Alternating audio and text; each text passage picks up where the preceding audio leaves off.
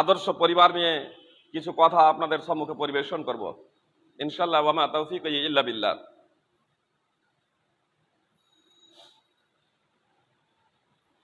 পরিবার কাকে বলে, এ প্রসঙ্গে যদি বিভিন্ন মনীষীদের বিভিন্ন কথা, সংজ্ঞা, ব্যাখ্যা, বিশ্লেষণ তুলে ধরা হয়, তাহলে শুধু পরিবার কাকে বলে এর ব্যাখ্যা বিশ্লেষণ করতে গিয়ে এই সময় শেষ হয়ে যাবে খুদবার। এজন্য আমি ব্যাখ্যা এবং বিশ্লেষণে যাচ্ছি না। আমি খুব সংক্ষিপ্তভাবে, যেহেতু খুদবার টাইমটা অতীব সংক্ষিপ্ত, এজন্য আদর্শ পরিবার কিভাবে সম্ভব, আদর্শ পরিবার কিভাবে গঠিত হবে, আদর্শ পরিবারের মানদণ্ড কি, কিসের ভিত্তিতে আদর্শ পরিবার হবে, আমরা একটা পরিবার আদর্শ মডেল আইডিয়াল পরিবার হিসেবে নিজেদেরকে প্রতিষ্ঠিত করতে পারবো, সেই বিষয়টি আমি আপনাদের সম্মুখে উপস্থাপন করব ইনশাআল্লাহ। পরিবার, প্রথম পরিবার স্বামী স্ত্রী, প্রথম পরিবার স্বামী স্ত্রী, তারপর সন্তান সন্ততি নিয়ে পরিবার গঠিত হয়। কখনো পিতা মাতা, সন্তান সন্ততি, স্ত্রীদের নিয়ে পরিবার গঠিত হয়, কখনো স্বামী স্ত্রী, সন্তান সন্ততি, পিতা মাতা, ভাই বোন, চাচা চাচি, দাদা দাদি, এদেরকে নিয়েও একটা যৌথ পরিবার গঠিত হয়। তো পরিবারের বিভিন্ন স্তর আছে। ক্ষুদ্র পরিবার থেকেই শুরু করি। ক্ষুদ্র পরিবার,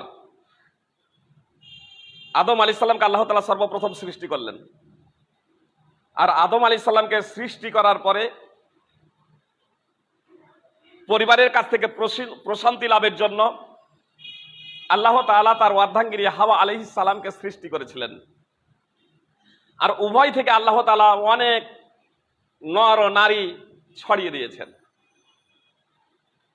যা খুতবার মাধ্যমেই আয়াত পরিবেশন করেছি। সূরা নিসা 4 নম্বর সূরার 1 নম্বর আয়াত তাফসীর সহ দ্রষ্টব্য। জোড়া তৈরির, অর্ধাঙ্গিনী তৈরির মূল লক্ষ্য উদ্দেশ্য আল্লাহ তাআলা বর্ণনা করেছেন। আল্লাহ তাআলা বলছেন,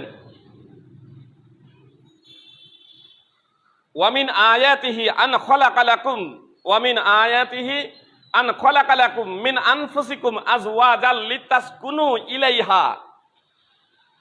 আল্লাহ তাআলার নিদর্শনাবলীর মধ্যে রয়েছে যে তিনি তোমাদের মধ্য থেকে তোমাদের জোড়া সৃষ্টি করেছেন। তোমাদের মধ্য থেকেই তোমাদের জোড়া, তোমাদের সঙ্গিনীকে সৃষ্টি করেছেন। লিতাসকুনু ইলাইহা, যাতে তোমরা তাদের কাছে প্রশান্তি পাও, যাতে তোমরা তাদের সাথে সহাবস্থান করো, তাদের কাছে শান্তি লাভ করো।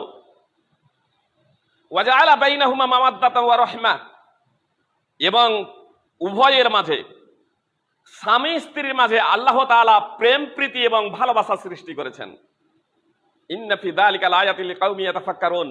আল্লাহ বলছেন, নিশ্চয় এর মধ্যে অনেক নিদর্শনাবলী রয়েছে, অনেক নিদর্শন রয়েছে সেই কওমের জন্য, সেই জাতির জন্য যারা চিন্তা করে, যারা চিন্তা ভাবনা করে, তাদের জন্য এতে অনেক নিদর্শন রয়েছে, অনেক নিদর্শনাবলী রয়েছে। সূরা রুম 30 নম্বর সূরার 21 নম্বর আয়াত। তো আল্লাহ তাআলা স্পষ্টভাবে জানাচ্ছেন যে আমি তোমাদের মধ্য থেকে তোমাদের অর্ধাঙ্গিনী, তোমাদের সঙ্গিনীদেরকে সৃষ্টি করেছি, যাতে তোমরা তাদের কাছে প্রশান্তি লাভ করো এবং প্রেম, প্রীতি, ভালোবাসা উভয়ের মাঝে সৃষ্টি করেছেন। এটা আল্লাহ তাআলার বিশেষ রহমত এবং অবদান মানুষের মাঝে। অত্র আয়াতের তাৎপর্য এই নয় যে আমার স্ত্রীকে আমার থেকে সৃষ্টি করেছেন, আপনার স্ত্রীকে আপনার থেকে সৃষ্টি করেছেন, এর তাৎপর্য তা নয়।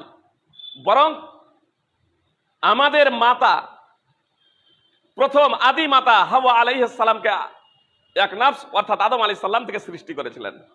অতঃপর উভয় থেকে অনেক পুরুষ ও নারীকে বিস্তারিত করেছেন, ছড়িয়ে দিয়েছেন সারা পৃথিবীতে, যা সূরা নিসার 1 নম্বর আয়াত আল্লাহ তাআলা উল্লেখ করেছেন। স্পেশাল ভাবে আদম আলাইহিস সালাম এবং হাওয়া আলাইহাস সালামের কথা আল্লাহ তাআলা সূরা আরাফে উল্লেখ করেছেন, বলছেন হুয়াল্লাযী খালাকাকুম মিন নাফসিন ওয়াহিদা।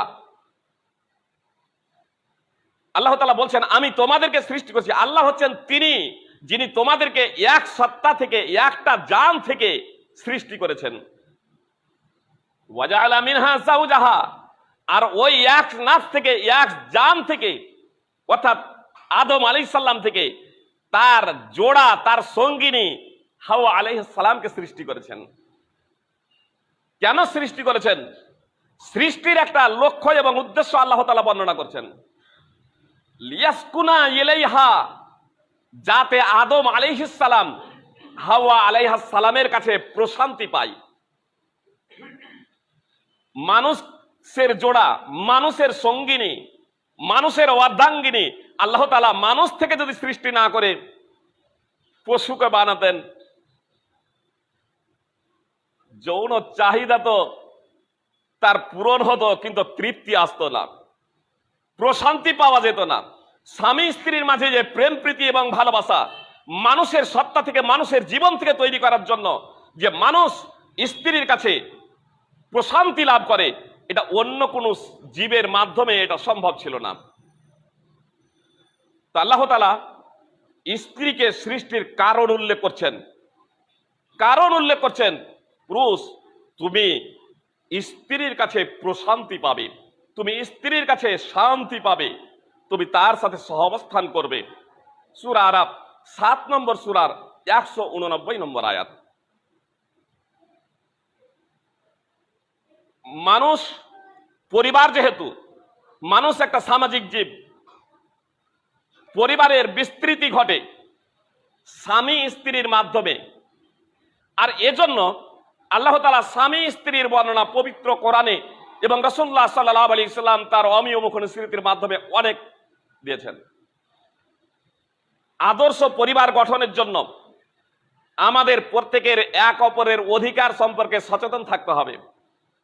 আমরা যদি আমাদের অধিকার সম্পর্কে অবগত না হই, আমরা যদি আমাদের অধিকার সম্পর্কে সচেতন না হই, আর সচেতন শুধু হলেই হবে না, আমাদের এক অপরের অধিকার, আমাদের এক অপরের হক, এটা জেনে নেওয়ার পরে তা বাস্তবায়ন করতে হবে, তাহলে একটা আদর্শ পরিবার গঠন হবে। আমাদের সাধারণত খুতবাগুলো অধিকাংশ সময় স্বামীর ওপরে স্ত্রীর অধিকার বর্ণনা করে দিলাম, কখনো আবার স্ত্রীর ওপরে স্বামীর অধিকার বর্ণনা করে দিলাম, ছেড়ে দিলাম সেই জায়গায়। আবার কখনো পিতামাতার অধিকার সন্তান সন্ততির ওপরে এ বলেই ছেড়ে দিলাম, কখনো আবার সন্তান সন্ততির অধিকার পিতামাতার ওপরে এ বলেই ছেড়ে দিই। এর মাধ্যমে একটা পূর্ণাঙ্গ যে একটা জীবন ব্যবস্থা ইসলাম আদর্শ পরিগঠনের জন্য সহায়ক ভূমিকা পালন করে, যে জিনিসটা, সেই জিনিসটা সাধারণত আমাদের থেকে দূরে থেকে যায়। খুব মনোযোগ সহকারে কথাগুলো শুনবেন। খুতবার টাইম যেহেতু অতীব সংক্ষিপ্ত, বিস্তারিত ব্যাখ্যা বিশ্লেষণ দেওয়া সম্ভব নয়। আমি আদর্শ পরিবার গঠনের জন্য আগে আপনাদের বলেছি যে এর মানদণ্ড কি হবে। আমরা হাজারো নীতি অবলম্বন করি না কেন, সেই নীতির মাধ্যমে, সেই বিধিবিধানের মাধ্যমে একটা পরিবার আদর্শ পরিবার গঠন হতে পারে না। তাহলে এর মানদণ্ডটা কি হবে? এর মানদণ্ড সেই জিনিসটাকে নির্ধারণ করতে হবে যে আমার আপনার প্রতিটা মানুষের অন্তরের কথা সম্পর্কে অবগত আছে। আপনারা এখানে বসে আছেন, আমি কথা বলছি, আমার অন্তরে কি আছে আপনারা জানেন না। আপনার পাশে যিনি বসে আছেন তার অন্তরের কথা জানেন না। আমার অর্ধাঙ্গিনীর অন্তরের কথা আমি বুঝি না। অন্তরের তার মনে কি আছে, তার অন্তরে কি আছে এটা বুঝি না। পিতা মাতা, সন্তান সন্ততি এক অপরের অন্তরের কথা বুঝে না। একটা পরিবার নিজেদের অন্তরের কথা বুঝে না, একমাত্র এই কথাটা যিনি বুঝেন তিনি হচ্ছেন মহান আল্লাহ তাআলা।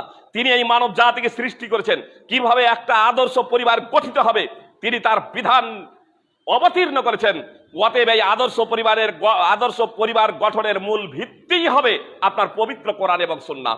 পবিত্র কোরআন এবং সুন্নাহ ছাড়া কেউ যদি মনে করে আমি আমার পরিবারকে আদর্শ পরিবার গঠন করব, এটা কোনোদিনই সম্ভব নয়। এজন্য আদর্শ পরিবার গঠন করলে পবিত্র কোরআন এবং সুন্নাহ এই বিষয়টাকে আমাদের সদা সর্বদা মস্তিষ্কে রাখতে হবে এবং তার বাস্তবায়নের জন্য সচেষ্ট থাকতে হবে, তৎপর থাকতে হবে। তাহলে আমাদের আদর্শ পরিবার গঠন হবে। এই আদর্শ পরিবারের জন্য এবার কতগুলো বিষয় আপনাদের সম্মুখে আলোচনা করি, তাহলে বিষয়টা স্পষ্ট হয়ে যাবে। আল্লাহ তাআলা বললেন যে মেয়েদেরকে মহিলাদেরকে সৃষ্টি করেছেন তোমাদের থেকেই, পুরুষদের থেকেই। সৃষ্টি করার কারণ উল্লেখ করলেন আল্লাহ তাআলা, যে স্ত্রীর কাছে একজন স্বামী প্রশান্তি পাবে, একজন স্বামী তৃপ্তি পাবে। দেখবেন প্রেম প্রীতির মাধ্যমে, ভালোবাসার মাধ্যমে, লুকোচুরির মাধ্যমে যে ভালোবাসা সৃষ্টি হয় সেটা সাময়িক হয়। যে একজন যুবক এবং যুবতী প্রেম প্রীতি ভালোবাসা স্থাপন করে, নিজের জীবন দেওয়ার জন্য প্রস্তুত হয়ে যায়, কিন্তু সেটা সাময়িক। বারবার প্রমাণিত হয়েছে, বারবার আমরা এটা দেখেছি। কিন্তু স্বামী স্ত্রীর মাঝে যে ভালোবাসা, এ প্রেম প্রীতি আপনার দীর্ঘস্থায়ী হয় এবং অনেক মজবুত। ব্যতিক্রম থাকতে পারে, সেটা স্বতন্ত্র ব্যাপার। এজন্য আল্লাহ তাআলা সতর্ক করে দিচ্ছেন, ইয়া আইয়ুহাল্লাযীনা আমানু ইন্না মিন আজওয়াজিকুম ওয়া আওলাদিকুম আদুওয়াল লাকুম ফাহদারুহুম। হে বিশ্বাসীগণ, নিশ্চয়ই তোমাদের স্ত্রী এবং সন্তানদের মধ্যে কেউ কেউ, তোমাদের স্ত্রী এবং সন্তানদের মধ্যে কেউ কেউ তোমাদের শত্রু, অতএব তাদের ব্যাপারে তোমরা সতর্ক থাকবে। বিষয়টা বুঝার প্রচেষ্টা করুন।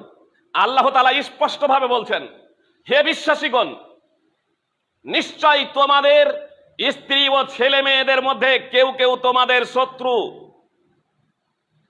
তাদের ব্যাপারে তোমরা সতর্কতা অবলম্বন করো। আমরা সাধারণ এই বিষয়টাকে ভেঙে বোঝানোর প্রয়োজন পড়বে না। সাধারণভাবে আজকে আমরা দেখছি সন্তান সন্ততি পিতা মাতাকে মারছে, যে সন্তান সন্ততি কত পিতা মাতাকে হত্যা করছে, স্বামী স্ত্রীকে হত্যা করছে, স্ত্রী স্বামীকে হত্যা করছে। অবশ্যই আয়াত অবতীর্ণ প্রসঙ্গে যখন একজন ব্যক্তি আব্দুল্লাহ ইবনে আব্বাস রাদিয়াল্লাহু তাআলা আনহুকে জিজ্ঞেস করেছিল যে এই আয়াতে যে আল্লাহ তাআলা বলছেন যে তোমাদের মধ্যে, তোমাদের স্ত্রী এবং সন্তানদের মধ্যে কেউ কেউ তোমাদের শত্রু, তো এর তাৎপর্য কি? তখন ইবনে আব্বাস রাদিয়াল্লাহু তাআলা আনহু বললেন, মক্কাতে কিছু মানুষ ইসলাম কবুল করেছিল, আর ইসলাম কবুল করেছিল এবং তারা মদিনায় হিজরত করতে চেয়েছিল রাসূলুল্লাহ সাল্লাল্লাহু আলাইহি সাল্লামের নিকটে, যে তারা হিজরত করে রাসূলুল্লাহ সাল্লাল্লাহু আলাইহি সাল্লামের নিকটে চলে যাবে। কিন্তু তাদের স্ত্রী, তাদের ছেলে মেয়ে হিজরতের পথে বাধা হয়ে দাঁড়ায়, তাদেরকে হিজরত করতে দেয়নি। তোমরা এখানে থেকে যাও, যেতে হবে না। পরবর্তীতে যখন তারা হিজরত করলেন, তো যারা আগে চলে গিয়েছিল রাসূলুল্লাহ সাল্লাল্লাহু আলাইহি সাল্লামের নিকটে, যারা রাসূলুল্লাহ সাল্লাল্লাহু আলাইহি সাল্লামের কাছে আগে থেকেই ইসলাম গ্রহণ করে দ্বীনে ইসলাম শিক্ষা করেছিল, তারা এদের থেকে দ্বীনে ইসলামের বিধিবিধান সম্পর্কে বিশেষ অবগত হয়েছিল, দ্বীনে ইসলামের ব্যাপারে অগ্রণী ভূমিকা পালন করেছিল, দ্বীনে ইসলামকে তারা বেশি বুঝে নিয়েছিল, দ্বীনে ইসলামের জ্ঞান তারা বেশি অর্জন করেছিল। এই অবস্থা দেখে তখন তারা যাদেরকে তাদের স্ত্রী এবং ছেলে মেয়েরা বাধা দিয়েছিল রাসূলুল্লাহ সাল্লাল্লাহু আলাইহি সাল্লামের নিকটে যেতে, ফাহাম্মু আইয়ুআকিবুহুম, তারা ইচ্ছা করলো তাদের ওই স্ত্রী এবং সন্তান সন্ততিদের শাস্তি দিতে, যে তোমাদের কারণে আমরা পিছিয়ে গেছি দ্বীনে ইসলাম থেকে, দ্বীনে ইসলামের বিধিবিধান আমাদের থেকে অন্যরা বেশি শিখে দিয়েছে, শাস্তি দিতে উদ্যত হলো। সেই প্রেক্ষাপটে আল্লাহ তাআলা এই আয়াত অবতীর্ণ করলেন, হে বিশ্বাসীগণ, নিশ্চয় তোমাদের স্ত্রী এবং ছেলে মেয়েদের মধ্যে কেউ কেউ শত্রু আছে, তাদের ব্যাপারে তোমরা সতর্কতা অবলম্বন করবে। ওয়াইন তাফু, তারা শাস্তি দিতে উদ্যত হয়েছিল। আল্লাহ বললেন, ওয়াইন তাফু ওয়া তাসফু ওয়া তাগফিরু, যদি তোমরা মার্জনা করো, এড়িয়ে যাও, তাদেরকে ক্ষমা করে দাও। তারা বাধা দিয়েছিল, তোমরা মারতে উদ্যত হচ্ছ, শাস্তি দিতে উদ্যত হচ্ছ, তাদের ওই আচরণ সম্পর্কে যদি তোমরা এড়িয়ে যাও, তাদেরকে যদি তোমরা ক্ষমা করে দাও, ফাইনাল্লাহা গাফুরুর রহিম, তবে জেনে রাখো নিশ্চয় আল্লাহ তাআলা অত্যন্ত ক্ষমাশীল, পরম দয়ালু। সূরা তাগাবুন 64 নম্বর সূরার 14 নম্বর আয়াত। আল্লাহ তাআলা বললেন যে স্ত্রী এবং সন্তান সন্ততি কেউ এমন আছে তোমাদের শত্রু, তাদের ব্যাপারে সতর্ক থাকবে। এর তাৎপর্য হলো আল্লাহর বিধিবিধান বাস্তবায়ন করতে গিয়ে কখনো কখনো সন্তান সন্ততি এবং স্ত্রীরা আল্লাহর পথে অন্তরায় হতে পারে, এ বিষয়ে সতর্ক থাকবে। স্ত্রীর কথা অনুযায়ী তুমি দিনে ইসলাম থেকে দূরে সরে যাবে না। স্ত্রীর চাহিদা পূরণ করতে গিয়ে, স্ত্রীর মনোবাঞ্ছনা পূরণ করতে গিয়ে তুমি অসৎ পদ্ধতিতে ধন সম্পদ উপার্জন করবে না। এক কথায় আল্লাহ তাআলার পথের কাঁটা হয়ে যেতে না দাঁড়াই তোমার স্ত্রী।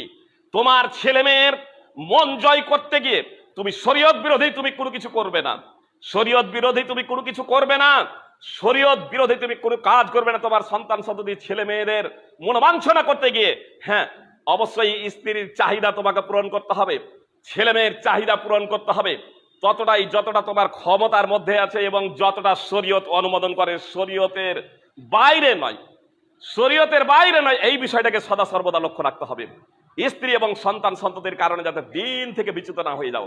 এজন্য সূরা মুনাফিকুনে আল্লাহ তাআলা বলছেন, ইয়া আইয়ুহাল্লাযীনা আমানু লা তুলহিকুম আমওয়ালুকুম ওয়ালা আওলাদুকুম আন যিকরিল্লাহ ওয়া মান ইয়াফআল যালিকা ফাউলাইকা হুমুল খাসিরুন। ইয়া আইয়ুহাল্লাযীনা আমানু লা তুলহিকুম আমওয়ালুকুম ওয়ালা আওলাদুকুম আন যিকরিল্লাহ। হে বিশ্বাসীগণ, তোমাদের সন্তান সন্ততি, তোমাদের ধন সম্পদ এবং সন্তান সন্ততি যাতে তোমাদেরকে আল্লাহর জিকির থেকে, আল্লাহর স্মরণ থেকে তোমাদেরকে গাফেল না করে দেয়। তোমাদের ধন সম্পদ এবং সন্তান সন্ততি যাতে তোমাদেরকে আল্লাহর জিকির হতে, আল্লাহর স্মরণ হতে, আল্লাহর ইবাদত হতে তোমাদেরকে বিস্মৃত না করে দেয়, তোমাদেরকে গাফেল না করে দেয়। যাদেরকে তাদের এই ধন সম্পদ এবং সন্তান সন্ততি আল্লাহর জিকির থেকে, আল্লাহর স্মরণ থেকে, আল্লাহর দাসত্ব থেকে, আল্লাহর গোলামি থেকে গাফেল করে দেবে, তারাই হবে ক্ষতিগ্রস্ত। সূরা মুনাফিকুন। এজন্য আমাদের সতর্ক থাকতে হবে আমাদের স্ত্রী এবং সন্তান সন্ততির কারণে, যাতে আমরা আল্লাহর দিন থেকে গাফেল না হয়ে যাই। ওয়ালাহুন্না মিসলুল্লাযী আলাইহিন্না বিল মা'রুফ। নারীদেরও অধিকার রয়েছে তোমাদের ওপরে, যেমন তোমাদের অধিকার রয়েছে তাদের ওপরে বিধিসম্মত। সূরা বাকারা 2 নম্বর সূরার 228 নম্বর আয়াত। আমি আগেই বলেছি আমাদের প্রত্যেকের এক অপরের আদর্শ পরিবার গঠনের জন্য এক অপরের অধিকার সম্পর্কে সচেতন থাকতে হবে। নারীদের যেমন আমাদের উপরে অধিকার আছে, নারীদের আমাদের উপরে অধিকার কি আছে? আমার মা এবং বোনেরা, তারা যদি খুতবার জুমার নামাজ পড়তে না এসেছেন, তাহলে আপনারা এই কথাগুলো তাদের কাছে স্থানান্তরিত করে দেবেন, তাদেরকে জানিয়ে দেবেন, তাদের অধিকার সম্পর্কে তাদেরকে সজাগ করবেন এবং আপনাদের যে অধিকার তাদের উপর আছে এই বিষয়টাও বলবেন। খুবই সংক্ষিপ্ত আকারে আপনাদেরকে বলি, স্বামীর অধিকার নারীর উপরে কি আছে। প্রথমত স্বামীর অধিকার নারীর উপরে কি আছে, এ প্রসঙ্গে অনেক কোরআন এবং সুন্নাহয় দলিল রয়েছে। আমি শুধু খুব সংক্ষিপ্ত আকারে বলি আমার বোনেদের জন্য। আল্লাহ রাসূল সাল্লাল্লাহু আলাইহি সাল্লাম বলেছেন, আমি যদি আল্লাহ ছাড়া কাউকে সাজদা করতে বলতাম, তাহলে মেয়েদেরকে বলতাম তারা যেন তাদের স্বামীকে সাজদা করে। বিষয়টা এখানে খুব ভালোভাবে জেনে রাখুন। বাপের কথা বলছে না, বাপ মায়ের কথা বলছে না, বাপ মায়ের গুরুত্ব অপরিসীম, বাপ মায়ের গুরুত্ব অপরিসীম, কিন্তু একজন স্ত্রীর কাছে তার থেকেও বেশি গুরুত্বপূর্ণ হলো স্বামী। আজকে আমাদের অনেক সংসার ভেঙে চুরমার হয়ে যাচ্ছে। স্বামী কিছু বলছে, স্ত্রী তার জবাব দিচ্ছে সঙ্গে সঙ্গে, ফলে আপনার ফোনের মাধ্যমে অনেক তালাক হয়ে যাচ্ছে, তালাক দিয়ে দিচ্ছে। তারপরে এরকম উভয়ে তখন দৌড়াদৌড়ি করছে, আমাদের করণীয় কি? এ বিষয়ে আমাদের সতর্ক থাকতে হবে, সচেতন থাকতে হবে। জি, অনেক সময় মায়ের কারণে আপনার মেয়ে স্বামীর কাছ থেকে বিচ্ছেদ হয়ে যাচ্ছে। এ বিষয়ে আমাদের সতর্ক থাকতে হবে। আমার বোনেরা খুব ভালোভাবে কথাটা শুনুন। বাপ মায়ের গুরুত্ব অপরিসীম, কিন্তু একজন স্ত্রী যখন আপনার বিয়ে হয়ে যাবে তখন আপনার ওপরে অধিকার রয়েছে আপনার বাপ মার থেকে স্বামীর বেশি। আপনার বাপ মার থেকে আপনার স্বামীর অধিকার বেশি।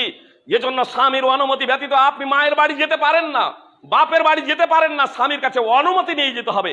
আপনি কি জানেন না, স্বামী যদি বাড়িতে থাকে তাহলে স্বামীর অনুমতি ব্যতীত আপনি নফল রোজাও রাখতে পারেন না। নফল রোজাও আপনি রাখতে পারেন না। রোজা রাখা অনেক পুণ্যের কাজ, কিন্তু নফল রোজাও স্বামীর অনুমতি ব্যতীত আপনি রাখতে পারেন না যখন আপনার স্বামী যখন বাড়িতে থাকবে। এই বিষয়টা আমাদের লক্ষ্য রাখতে হবে। রাসূলুল্লাহ সাল্লাল্লাহু আলাইহি সাল্লাম আল্লাহর শপথ করে বলেছিলেন লা তুআদ্দিল মারআতু হাক্কা রাব্বিহা হাত্তা তুআদ্দিয়া হাক্কা যাওজিহা। রাসূলুল্লাহ সাল্লাল্লাহু আলাইহি সাল্লাম বলেছেন, আল্লাহর কসম করে কোন মহিলা আপন প্রতিপালকের হক আদায় করতে পারে না। ফালা তুআদ্দিল মারআতু হাক্কা রাব্বিহা, কোন মহিলা আপন প্রভু আল্লাহ তাআলার হক আদায় করতে পারে না। হাত্তা তুআদ্দিয়া হাক্কা যাওজিহা, যতক্ষণ না সে তার স্বামীর হক আদায় করবে। আল্লাহর হক কেউ যদি পরিপূর্ণরূপে আদায় করতে চায় তাহলে তাকে স্বামীর হক অবশ্যই আদায় করতে হবে। কেউ যদি স্বামীর হক আদায় না করতে পারে তাহলে আল্লাহর প্রকৃত অর্থে হক আদায় করতে পারে না। এ কথা রাসূলুল্লাহ সাল্লাল্লাহু আলাইহি সাল্লাম স্পষ্টভাবে ঘোষণা দিয়েছেন। সুনানে ইবনে মাজাহ হাদিস নম্বর 1853, সহিহ ইবনে হিব্বানে হাদিস রয়েছে। রাসূলুল্লাহ সাল্লাল্লাহু আলাইহি সাল্লাম বলেছেন, হাদিস নম্বর 4164, রাসূলুল্লাহ সাল্লাল্লাহু আলাইহি সাল্লাম বলেছেন, স্বামীর অধিকার হলো স্ত্রীর উপরে এই যে স্বামীর শরীরে যদি ক্ষত থাকে, ঘা আছে, স্বামীর শরীরে ক্ষত আছে, ঘা আছে, আর স্ত্রী যদি জিহ্বা দিয়ে চেটে চেটে তা পরিষ্কার করে, মা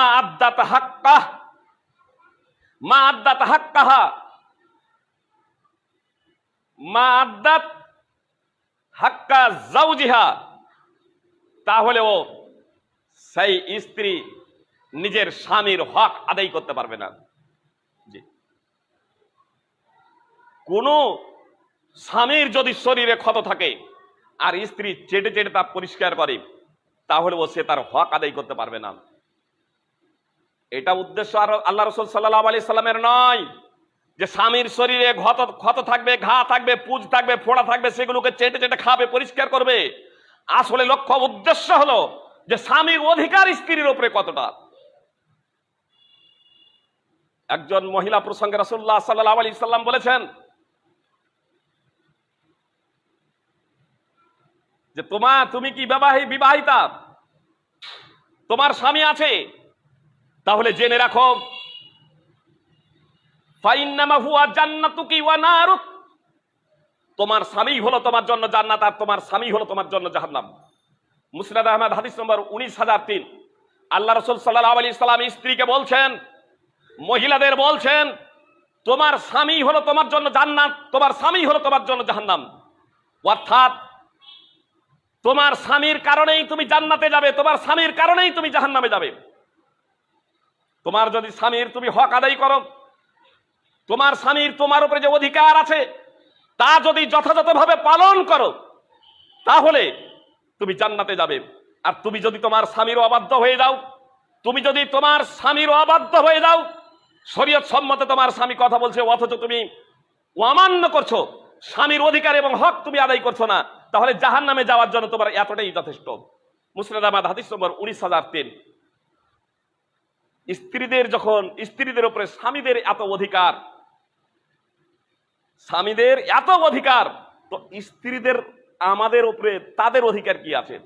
এবার আমার ভাইরা কথাটা খুব ভালোভাবে শুনুন। স্ত্রীর উপরে যখন আমাদের স্বামীদের এতটা অধিকার, তো আমাদের স্বামীদের উপরে আমাদের স্ত্রীদের কি অধিকার আছে?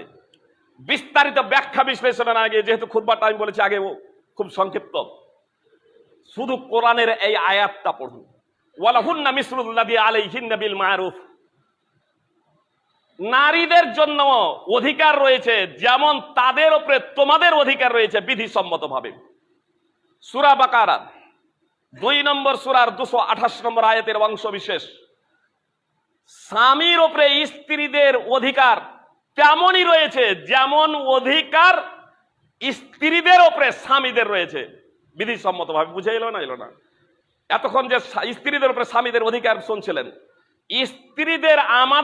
স্ত্রীদের উপরে আমাদের যতটা অধিকার আছে আল্লাহ বলছেন তেমনই অধিকার রয়েছে স্বামী তোমাদের উপরে তোমাদের স্ত্রীদের।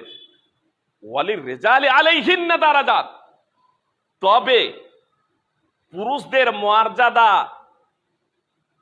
নারীদের তুলনায় কিছুটা বেশি। পত্র আয়াতেই সূরা বাকারা 228 নম্বর আয়াত।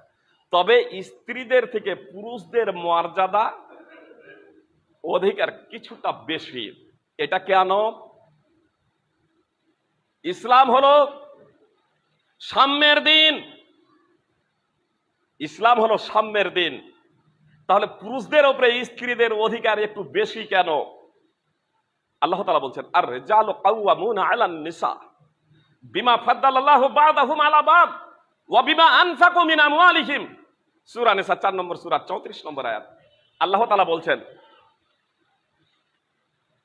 নারীদের উপরে পুরুষরা কর্তৃত্বশীল। এটা এজন্যই যে আল্লাহ কাউকে কারো উপরে প্রাধান্য দিয়েছেন এবং পুরুষেরা নিজেদের ধনসম্পদ খরচ করে। নারীদের উপর পুরুষদের কর্তৃত্ব হওয়ার 2টি কারণ উল্লেখ করেছেন।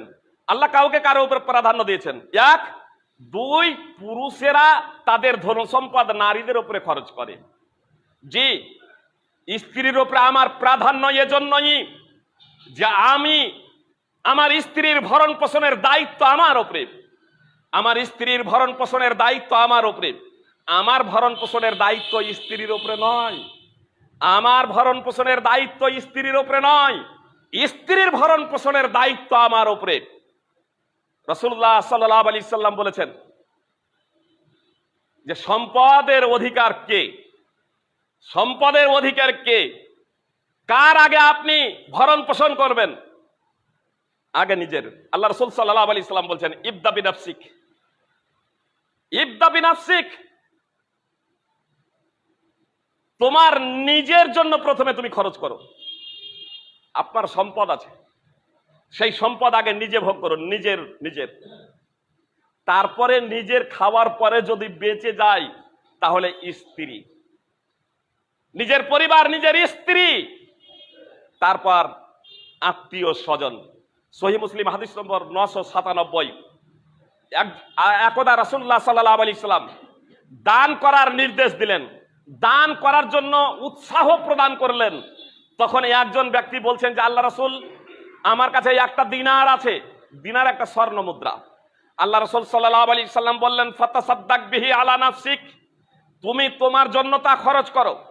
সেই ব্যক্তি বলল আল্লাহ রাসূল, আমার কাছে আর একটি দিনার আছে। আল্লাহ রাসূল সাল্লাল্লাহু আলাইহি সাল্লাম বললেন ফাতাসাদদাক আলা যাওজাতিক, তুমি তোমার স্ত্রীর জন্য তা খরচ করো। সেই ব্যক্তি বলছে আল্লাহ রাসূল, আমার কাছে আরো একটি দিনার আছে। তখন আল্লাহ রাসূল সাল্লাল্লাহু আলাইহি সাল্লাম বললেন ফাতাসাদদাক আলা ওয়ালাদিক, তুমি তোমার ছেলে মেয়ের জন্য খরচ করো। তখন সেই ব্যক্তি বলছে আল্লাহ রাসূল, আমার কাছে আরো একটি দিনার আছে। তখন আল্লাহ রাসূল সাল্লাল্লাহু আলাইহি সাল্লাম বলছেন ফাতাসাদদাক আলা খাদিমিক, তুমি তোমার খাদেম যে চাকর আছে সেই চাকরের জন্য তুমি সেটা খরচ করো। সেই ব্যক্তি বলছে আল্লাহ রাসূল, আমার কাছে আরো একটি দিনার আছে। আল্লাহ রাসূল সাল্লাল্লাহু আলাইহি সাল্লাম বললেন আনতা আবসার, এ বিষয়ে তুমি বেশি অবগত, কার জন্য বেশি খরচ করা প্রয়োজন। তোমার আত্মীয় স্বজন, রিলেটিভ রয়েছে, তোমার পিতা মাতা রয়েছে, ভাই বোন রয়েছে, দাদা দাদি রয়েছে, তাদের মধ্যে কে বেশি নিকটতম, কার বেশি প্রয়োজন, সেখানে তুমি খরচ করো। সুনানে নাসাই 2535 নম্বর হাদিস, মুসনাদ আহমদ হাদিস নম্বর 10086। বিষয়টা স্পষ্ট, নিজের জন্য যেটা খরচ করা হচ্ছে সেটাও সাদকা, তাতেও নেকি আছে। স্ত্রীর জন্য যেটা খরচ করছেন তাতেও নেকি আছে। জি, আপনি স্ত্রী এবং সন্তান সন্ততির ভরণ পোষণ করছেন বলে বিরাট কিছু করছেন তা নয়, বরং এটা আপনার উপরে দায়িত্ব এবং কর্তব্য। ইসলাম অর্পণ করেছে আপনাকে খরচ করতে হবে স্ত্রীর জন্য। আপনার খাবারের পরে যেটা বাঁচবে প্রথমত আপনার স্ত্রীকে আপনাকে দিতে হবে। এখানে বিষয়টা দেখছেন যে পিতা মাতার কথাও আল্লাহ রসুল বললেন না, আগে বলছেন আগে তোমার স্ত্রীকে খাওয়াও, তোমার স্ত্রীকে খাওয়াও, জি তোমার স্ত্রীকে খাওয়াও, তোমার স্ত্রীর উপরে খরচ করে, এটা দান।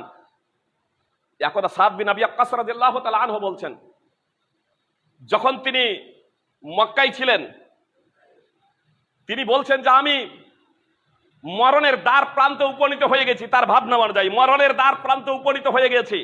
আল্লাহ রাসূল সাল্লাল্লাহু আলাইহি সাল্লাম আমার নিকটে এলেন আমার সেবা শুশ্রূষা করার জন্য। আমার অনেক ধন সম্পদ ছিল। আমি বললাম, আল্লাহ রাসূল আমি কি আমার সম্পদ 2/3 দান করে দেব না? আল্লাহ রাসূল বললেন না। তিনি বললেন, আমি কি অর্ধেক দান করবো না আল্লাহর পথে? তিনি বললেন না।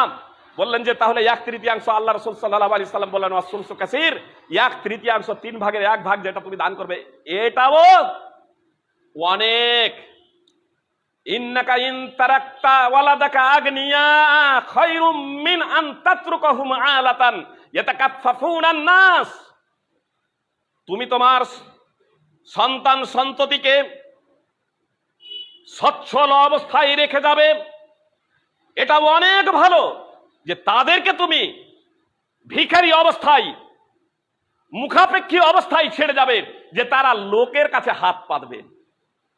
আল্লাহর পথে দান করতে চেয়েছে, তারপরেও রাসূলুল্লাহ সাল্লাল্লাহু আলাইহি সাল্লাম বলছেন সব তোমাকে দান করে দিতে হবে না। কথাটা খুব ভালোভাবে জেনে রাখুন। আমি সুস্থ আছি, আমার সুস্থ অবস্থায় আমি আমার সমস্ত ধন সম্পদ আল্লাহর পথে দান করে দিতে পারি, তার কারণ আমি এখন সুস্থ আছি। সুস্থ স্বাভাবিক অবস্থায় সমস্ত ধন সম্পদ দান করা যায় আল্লাহর পথে। এ বিষয়ে আবু দাউদ নাসাইতে স্পষ্ট হাদিস আছে। আবু বকর রাদিয়াল্লাহু তাআলা আনহু একদা তার সমস্ত ধন সম্পদ আল্লাহর পথে দান করে দিয়েছিলেন, কিন্তু মরণকালে মৃত্যুর শয্যায় শায়িত, আমার যখন একেবারে মৃত্যু ঘনিয়ে এসেছে সেই মুহূর্তে তখন আমি বলছি আমার ধন সম্পদ সব দান করে দেবো, এটা চলবে না। 1/3 বেশি দান করা চলবে না।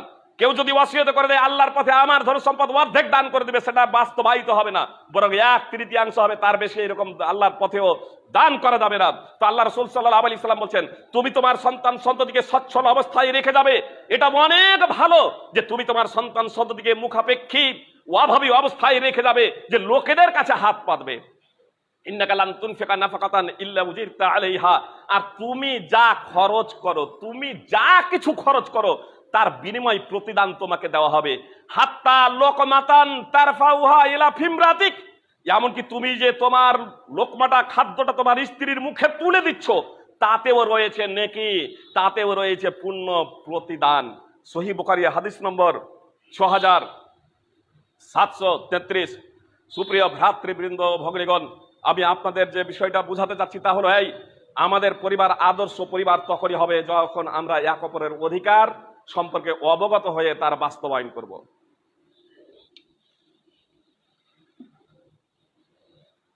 আলহামদুলিল্লাহ, ওয়াসসালাতু ওয়াসসালামু আলা রাসূলিল্লাহ, আম্মা বাদ, ফাউযু বিল্লাহি মিনাশ শাইতানির রাজীম। ইন্নাল্লাহা ওয়া মালাইকাতাহু ইউসাল্লুনা আলান নাবী ইয়া আইয়ুহাল্লাযীনা আমানু সাল্লু আলাইহি ওয়া সাল্লিমু তাসলিমা। আল্লাহুম্মা সাল্লি আলা মুহাম্মাদ ওয়া আলা আলি মুহাম্মাদ কামা সাল্লাইতা আলা ইব্রাহিম ওয়া আলা আলি ইব্রাহিম ইন্নাকা হামিদুম মাজিদ। আল্লাহুম্মা বারিক আলা মুহাম্মাদ ওয়া আলা আলি মুহাম্মাদ কামা বারাকতা আলা ইব্রাহিম ওয়া আলা আলি ইব্রাহিম ইন্নাকা হামিদুম মাজিদ। সুপ্রিয় ভ্রাতৃবৃন্দ, খুবই সংক্ষিপ্ত আকার আর কয়েকটি কথা। আদর্শ পরিবার হওয়ার জন্য স্বামী স্ত্রীদের সাথে সহাবস্থান করতে হবে। এ প্রসঙ্গে অনেক আয়াত এবং হাদিস আছে, কিন্তু বিস্তারিত ব্যাখ্যা বিশ্লেষণ দেওয়া সম্ভব নয়। আল্লাহ তাআলা বলছেন ওয়াশিরুহুন্না বিল মা'রুফ, নারীদের সাথে সৎভাবে বসবাস করো, নারীদের সাথে ভালোভাবে তোমরা জীবন যাপন করো। ফাইন কারিহতুমুহুন্না, যদি তোমরা তাদেরকে ঘৃণা করো, যদি তাদেরকে তোমরা অপছন্দ করো, ফাআসা আন তাকরাহু শাইআন ওয়া ইয়াজআলাল্লাহু ফীহি খায়রান কাসীরা, তো এমন হতে পারে যে তোমরা এমন কোনো কিছুকে, এমন কোনো জিনিসকে অপছন্দ করছো যাতে আল্লাহ তাআলা অভূত কল্যাণ রাখবেন। সূরা নিসা 4 নম্বর সূরার 19 নম্বর আয়াত। অনেক সময় আমরা বিবাহের পরে স্ত্রীকে অপছন্দ করি, তালাকের কারণ বিভিন্ন সময় এই কারণে হয়। আল্লাহ তাআলা বলছেন তাদের সাথে সৎভাবে বসবাস করো, যখন বিয়ে করে নিয়েছো সৎভাবে বসবাস করো। তুমি যাদেরকে অপছন্দ করছো, এমনও হতে পারে যে তুমি অপছন্দ করছো আর তোমার ওই অপছন্দ জিনিসের মধ্যে আল্লাহ তাআলা অভূত কল্যাণ রাখছেন দুনিয়া এবং আখেরাতে। দুনিয়াতে অভূত কল্যাণ রেখেছেন, আখেরাতে অভূত কল্যাণ রেখেছেন, অনেক কল্যাণ রেখেছেন। হয়তো যাকে তুমি অপছন্দ করছো তার মাধ্যম দিয়ে তার গর্ভে আল্লাহ তাআলা তোমার ঔরসজাত সন্তান সৃষ্টি করবেন, যাতে তোমার দিন এবং দুনিয়া উভয় অবস্থাতে তুমি লাভবান হবে, দিন ও দুনিয়া উভয় অবস্থাতে লাভবান হবে। রাসূলুল্লাহ সাল্লাল্লাহু আলাইহি সাল্লাম বলেছেন, লা ইয়াফরাক মুমিনুম মুমিনা ইন কারিহা মিনহা খুলুকা রাদিয়া মিনহা আখার। কোন পুরুষ, কোন ঈমানদার পুরুষ যাতে কোন ঈমানদার মহিলাকে ঘৃণা না করে। যদি তার কোন চরিত্র ও স্বভাব তার কাছে অপছন্দনীয় হয়, তাহলে তার অন্য একটি স্বভাব ও চরিত্র তার কাছে ভালো হবে। সহিহ মুসলিম হাদিস নম্বর 1469। দাম্পত্য জীবন এটা নির্দিষ্ট কয়েকটা দিনের জন্য নয়, যতদিন বেঁচে থাকবে ততদিনের জন্য। এজন্য পবিত্র কোরআন এবং সুন্নাহয় আদর্শ পরিবার গঠনের জন্য বিশেষ নির্দেশনা রয়েছে, সেই বিষয়গুলো আমাদের জানতে হবে। সন্তান সন্ততি এ পরিবারের অন্তর্ভুক্ত, সন্তান সন্ততি আমাদের সন্তান সন্ততিদের ছেলে মেয়েদের 7